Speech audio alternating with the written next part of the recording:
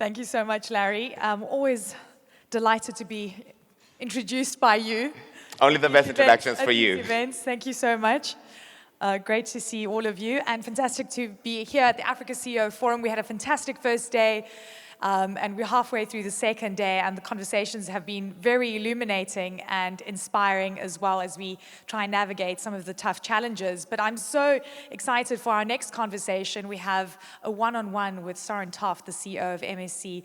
Soren, please join me on stage. Thank you.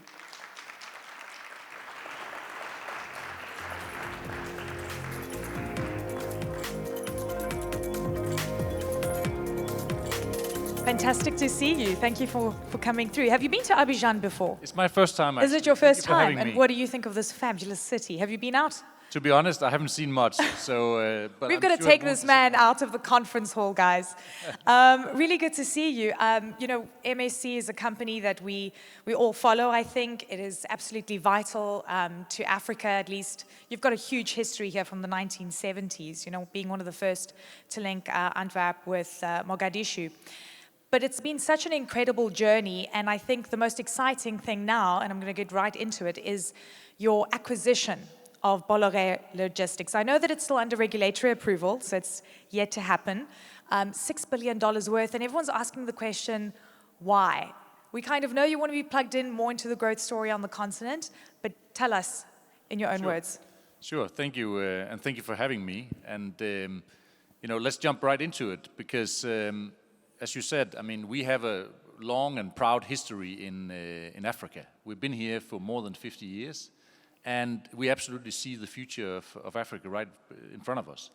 Secondly, Bolloré has, in their own history, built an amazing company, and when the family owner behind it decided, you know, that they were going to potentially part with this, we said, we can't let such a great asset go by the wayside. So we think we would be a great owner to stand on the shoulders of the great company that they have built and really to develop it into the future. They are a very recognized player in Africa. They've been here for a long, long time. We are a growth company. We have a lot of ships on order. We have a lot of appetite for growth. Africa is a growing continent, as we've heard over the last day and a half. Population is growing dramatically. I think this is a fabulous combination. That's the most optimistic outlook I've heard in the last 2 days, I have to say. Your appetite for growth, and you know, you and I spoke actually yesterday, and you were saying that traditionally you've always been a player that focuses on organic growth, but you've been spending some money. You guys have been buying a lot of assets. It's hard to not notice, right? From ferries to airlines. It is incredible to see. A lot of ships. I think you guys now are officially the biggest ship owner in the world. Tell me why you've been on this massive acquisition path, because if you're spending this money, you're thinking that the future is looking bright.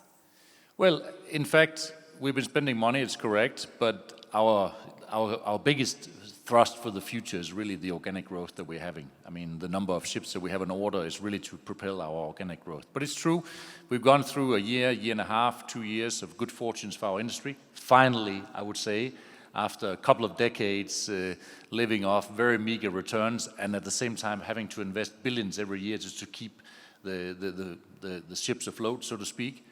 And what we have done is we've said, well, we're going to continue the organic growth path, but now that we have had better fortunes, there are a few interesting assets to pick up. Assets that fits our strategy. We are a shipping company, that's our core, and it will always be our core, but around it we are building a number of associated and related businesses.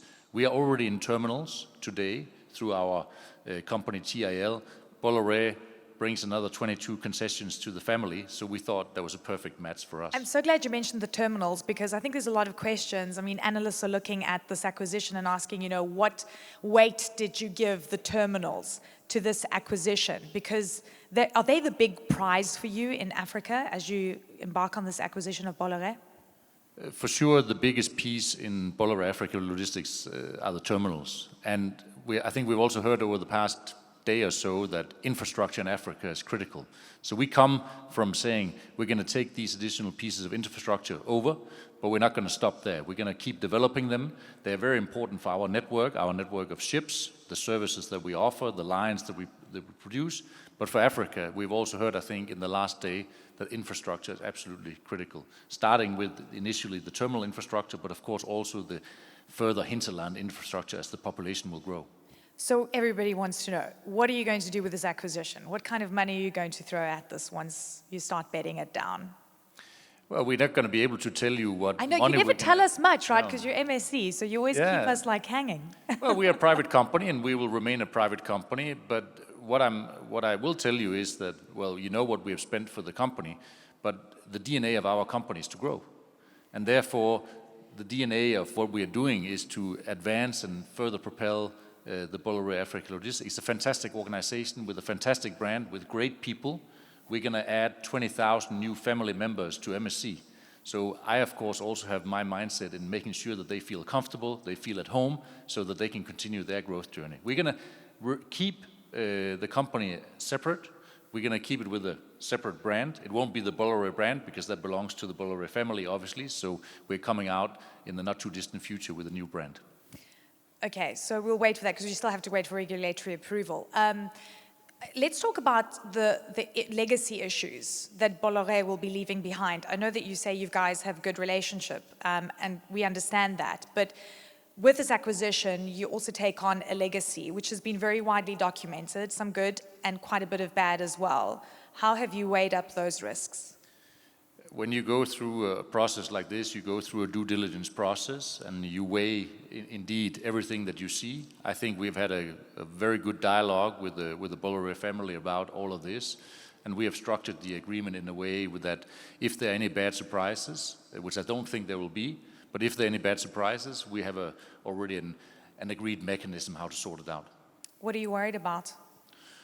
I'm not worrying about so much. We know that in a portfolio, there will always be good things and bad things. In our own portfolio of terminals or in our liners, there are some routes that are better than others. Times go up and down. This will be the same here. But our mindset is really to develop and grow the business, and I'm convinced that we can do that as well. And what we can bring to Bolloré is, of course, a new dimension in the sense that we come from the ocean side, and our services will, of course, be able to go to the terminals of Bolloré. We will be able to develop those terminals even more as we expand our shipping network. Yes, I want to talk expansion because you mentioned a few things a few minutes ago. So you've had a very good few years, right? And this is because of the pandemic, when we saw the shipping industry completely disrupted. I mean, carriers were, I mean, it was crazy to see the rerouting and just the congestion at ports once things started to go back up. I've heard from analysts that the last 3 years have been that good for carriers, that it's basically made up for the losses and the lean years that you experienced for 20 years. Is that true? And notice I'm not asking for numbers, because I know you don't give numbers, but hopefully you can talk around this. My first comment, Eleni, to you would be, don't believe all the analysts are saying. Okay. But that being said, yes, of course we heard a couple of good years. But I think it's also important to take the context. I mean, we had definitely 1 or 2 decades where it was not that great. And at the same time, we keep investing billions every year. Just to stay where we are requires billions in dollars of investments. So I wouldn't say that we have deserved it, but I certainly think, number one, we play a pivotal role in world trade. Our industry connects consumers, producers, makes trade happen, brings people out of prosperity. And if you want this industry to keep investing in the future, we also have to earn a living. Now it's been a bit extreme. And So what are your margins then? Well, they will not be disclosed, as you know. I have to try. I'm a numbers person. Okay, yeah, I get that. But can we reflect on why it was so lean and difficult for 20 years? And what has changed now? And let's talk about sort of supply taken out of the market so we can understand the supply-demand dynamics that are so vitally sort of different now. Well, for years it was a fragmented industry. You had 20, 30 players for once. Secondly, supply and demand seemed to rule the waves, and there was an excess of supply. Now that equation has turned, and in the meantime, the industry has consolidated, and there are alliances out there. It's still, compared to other industries, a relatively fragmented industry in the sense that top 7 accounts for 80% of capacity. That's not unusual if you look into other industries. But it was so fragmented way back, and it was so reliant on supply and demand, that was the real cause of, I think, why it was, not the greatest industry. On the other hand, it was an industry in those years that grew a lot. In the 80s and the 90s, global container shipping was growing 10% per year. So you could say the growth was kind of overshadowing the fact that the returns weren't fantastic. I mean, was it also because just a lot of competition in the market as well? It's just highly competitive? Yes, as I said, more than 20, 30 players, highly competitive. Now we've seen consolidation, so there's a bit of a change in dynamics. I want you to tell me what it was like during the pandemic for you guys. And I know that you were in transition at the time, but honestly, when we saw just nothing moving in our seas, right? We were looking at the Baltic Dry Index and it was like there was no movement. And then when we saw the amount of congestion at the ports and just ships for miles out at sea, and we thought, how is this going to be working through the system? Well, let me tell you my story. I mean, I decided to join this wonderful company in late 2019, but had to take an annual sabbatical as I was leaving one of the large competitors of MSC. And I was sitting literally on my couch, because there was also COVID in Denmark in those days, and I was watching how demand dropped, and I was, of course, thinking, oh geez, Soren, what have you done? I mean, what is it that you have signed up for? You may be in for a really, really tough time. You may have to come and rescue the pieces or whatever else. So I was a little bit in that frame of mind, but then what very quickly happened, and I think it's fascinating. First of all, we kept the supply chains going. Our seafarers, I think, are some of the real unsung heroes of this world. I mean, they kept working all through these things and kept working with massive restrictions, kept trade flowing. Because imagine what a pandemic with lockdowns would have been if you couldn't even have ordered your, basic amenities, let alone ordering things online. We made sure the supply chains kept flowing. And then what happened was that as COVID over the summer subdued a little bit, a lot of the consumption, or most of the consumption that goes to services, went to physical goods, meaning container demand started to pick up, and it picked up dramatically in really the fourth quarter and into the first quarter of 2021. Really fueled by the American consumer. Everybody needed a fifth television, everybody needed a home renovation, everybody needed a new kitchen. And of course, it was also fueled by the fact that governments pumped billions and billions of dollars into the economy. Something we are maybe now seeing a bit of the flip side on in terms of the inflation that's going on in the world. Exactly, and I mean, if the fifth television, of course, is vital, right?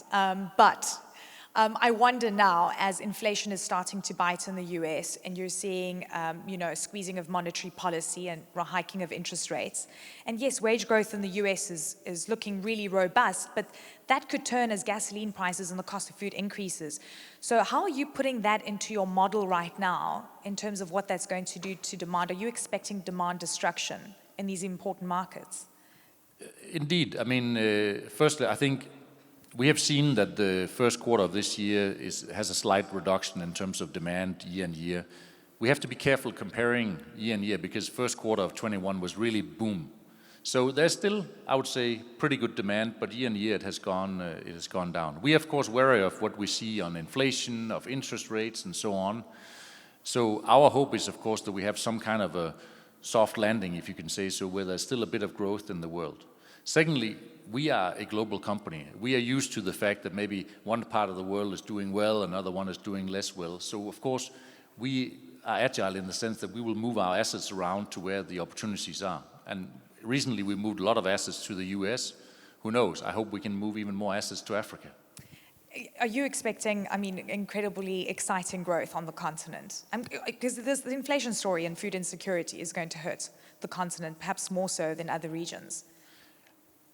I can say I'm a big Africa believer. I'm a big Africa believer because I think the demographics speak for themselves. We all know that this continent will go from 1.3 billion people to more than 2 billion people in 30 years. All of these people want and deserve the same life that the rest of us, meaning GDP per capita, is bound to grow. I'm sure it'll be choppy. I'm sure it'll be bouncy up and down. But I think if you have the long view, 20, 30 years, I'm convinced Africa is the continent of the future. So, look, let's be realistic here. Are you pricing in industrialization of the continent where we are producing our own goods, processed goods, and exporting out, which will keep you, of course, busy?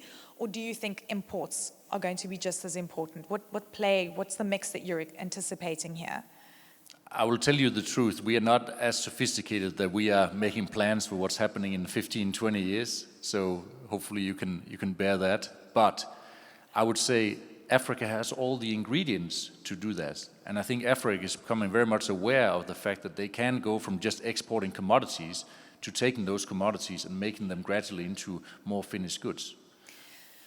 We were talking about the value chain, and given your acquisitions that we've seen, and you're talking about organic growth, it looks to me, and I might be wrong here, that you're touching so many parts of the value chain that you're going to be absolutely difficult to replace, right? That your customers are going to have to come to you because they've got sort of a full array of services.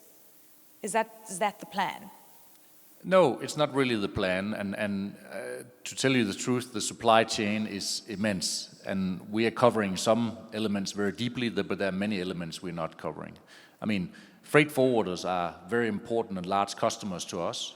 We don't intend to compete with them. I mean, they account for maybe half of our business. So obviously, going into a fight with half of our customers would not be very wise, if you would ask me. So we're going to keep a very good relationship with them. We're going to keep growing with them, and I'm sure they will also adapt to the future with digitization and so on. So that's for one. Secondly, we operate in partnerships all over the world. The DNA of our company, built by the Aponte family, is really a company with organic growth, but also a company that's used to working with partners. We will continue to do that as we move forward. There are many things we're not the best at, and for that we need great partners. I want to talk about the geopolitical issues that we're seeing playing out between Russia and Ukraine, and what this war is going to mean for, again, a disruption. Russia being completely crowded out with sanctions, of course, a huge deficit in what we used to see in the movement of grain from that region. How are you guys pricing in this new risk? Well, immediately we saw that demand stopped completely to and from Ukraine. So that was, of course, the first reality. That meant that those containers came off our ships, and we had to find a way how to deploy, ships in a better way, so to speak, to alleviate that issue. We have, of course, also seen a sharp reduction in import and export out of Russia. We, for sure, sympathize a lot with the Ukrainian people. I mean, this is for sure a very, very tough battle for them. We are trying to support our own people, our seafarers, in the best possible way that we can. And we have done a lot, I think, and we'll continue to do that as a responsible company, but also as a family business.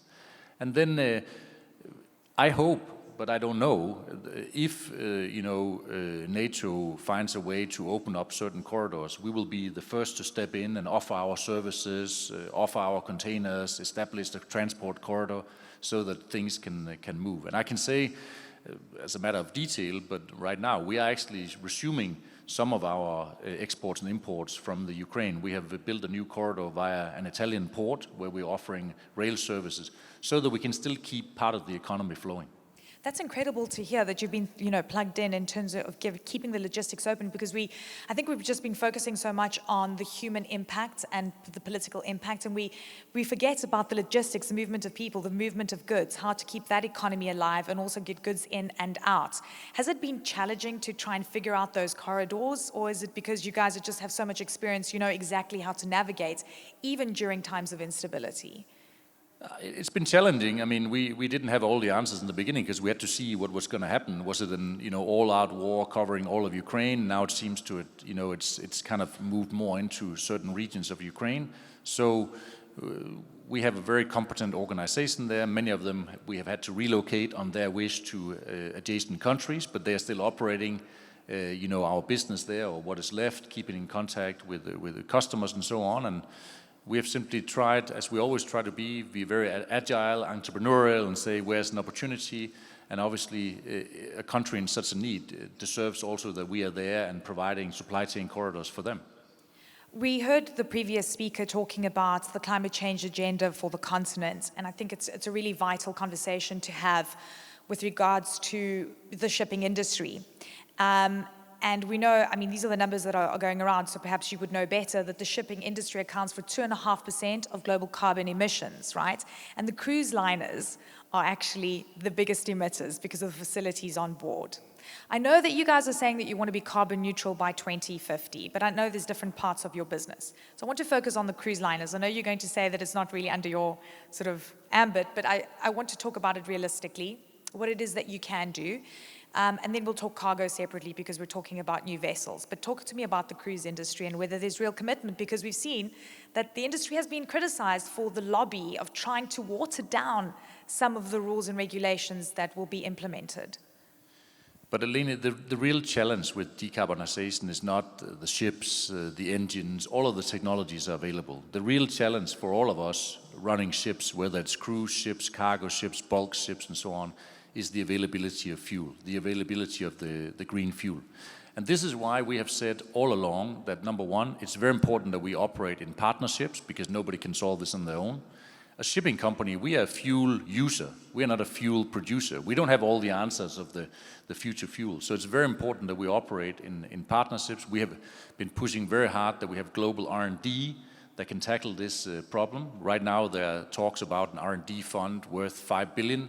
We have said we are willing to up the ante to 10, 15 billion if that's what it takes, so that we find the right global solutions. So fuel is the issue for you? Fuel is the issue. Secondly, this will be a transition because the fuel availability dictates the fact that we can't just switch all in 1, 2, or 3, or 4 years. And this is one of the reasons, including on our cruise vessels, that we have gone for LNG. Because acknowledging it's a transition that's going to last 15, 20, 25 years also means that we should do what we can in the interim to reduce. And what is it we can do in the interim? We can go to LNG, because that already reduces CO2 emissions by 20%. It takes the black carbon out, which is very bad for the melting of the ice cap. And I'm sure LNG minus 20% becomes 25, 30, 35. Secondly, we need to continue to drive energy efficiency. Energy efficiency is vital, also in the interim period. And there are many technologies we can deploy. I give one example.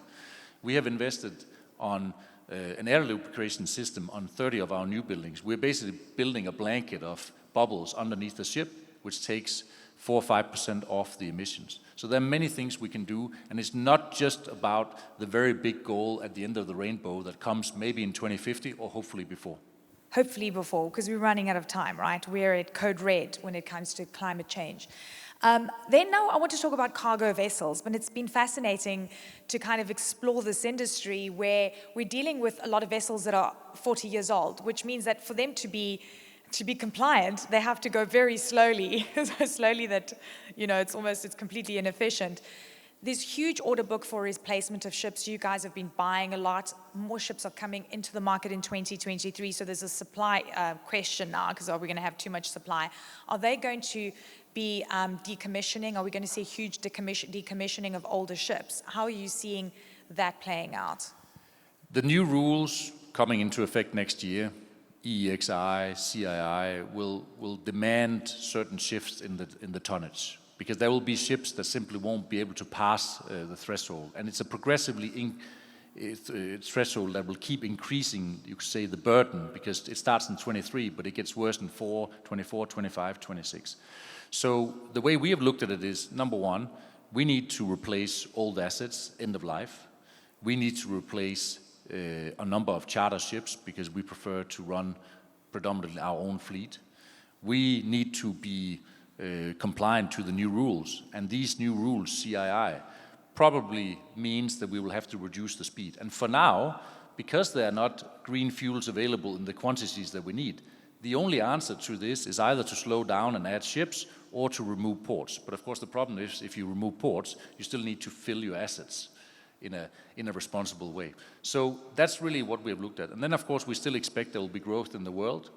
I don't see the world, I mean, the world goes up and down. We've had a very positive spell. Maybe we will have a spell now which is going to be a little bit less positive, but over time I'm sure trade will grow. I want to talk about freight charges very quickly, and only because I feel I have to ask you this question, because I've spoken to many businesses that say freight charges are just completely unaffordable right now. For you, you're saying, listen, finally we're making some money, which means we can invest into the industry, and you know, we also need to take money home at the end of the day.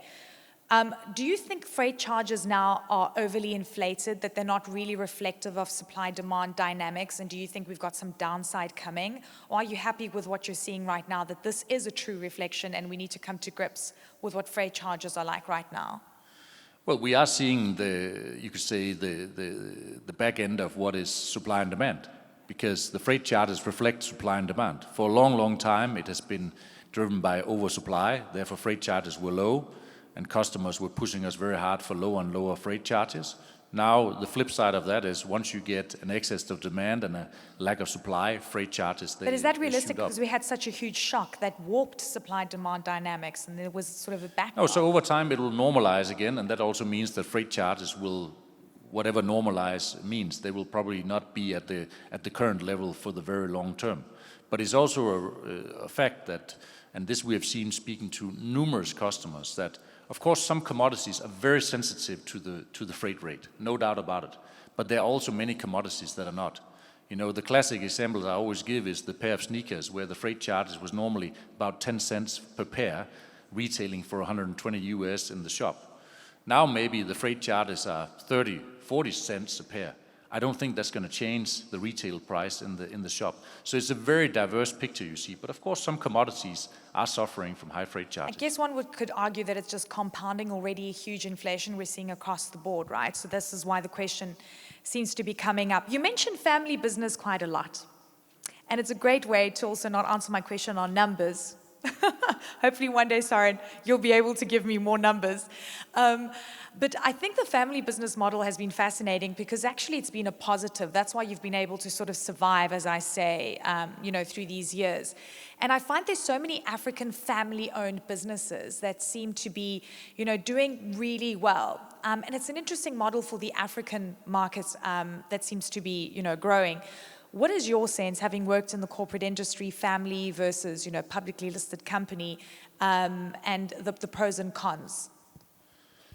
I came from a stock-listed company with a majority family owner, so there was also a relatively long perspective. But it's probably fair to say that when you're really private, the perspective becomes even longer. The ability to look at trends not on a 5-10 year scale, it moves to a 20-30 year scale. That's certainly one of the differences. Secondly, I would say agility in decision making is not always a given in a family company, for sure. But what I've experienced now is that the agility to make decisions is simply, a competitive edge. And of course, you need to be close to your business. I think that's also very important. Operating at 50,000 feet, you become removed. In our business, you have to be close. You need to know what's going on. How involved is the family? They are involved. Very involved. Yes. Okay. They are fantastic. involved. And I tell you the truth, so that now that you're asking me, it's actually a blessing, because coming in on the back of 52 years with pure family leadership, I don't think it would have been an advisable thing for the family to exit and the new CEO to enter. So I would any day of the week argue for this. But of course, it's a progressive change for both parties, for them and for me. And succession planning is important, right? I think you will have to ask them as well. But will they give me an interview, do you think? I think by hiring me, they have answered your question. Fantastic. Okay. So another one, which is maybe sort of me being ambitious for the continent, because I really want to see Africa prosper. When are we going to see such an important port on the continent, that could rival what we see in LA or we see in sort of big ports in the East or even in the Middle East, for example? Do you have aspirations to build something like that? And how far away would we be? Let's not rival LA, would be my first recommendation. Why not? But let's do better than LA. That would be my recommendation. And I'm convinced we can do better than LA. And yes, I'm convinced those ports will also come to Africa. Actually, if you look at the developments in the last 10 years, we have gone from basically having no ports handling what we would call a 14,000 TEU vessel, which is a vessel that has a draft of about 15 meters, 366 meters long, and so on. To today, we are basically close to having 7 to 10 ports that can do that. And this development will continue, and we see it as our role not only to grow our business and make money, but really to develop the infrastructure that the world needs and the infrastructure that Africa needs. So we are certainly on a pathway to do that, because it will also grow our shipping business. Well, Soren, I hope to see you in many more African cities. And I really look forward to asking the questions again down the line to see how the experience has been. And we look forward to you bedding down your acquisition on the continent. Thank you so very much for your insights. Thanks to you. It's fantastic. Thank you. A round of applause, ladies and gentlemen, the CEO of MSC. Thank you.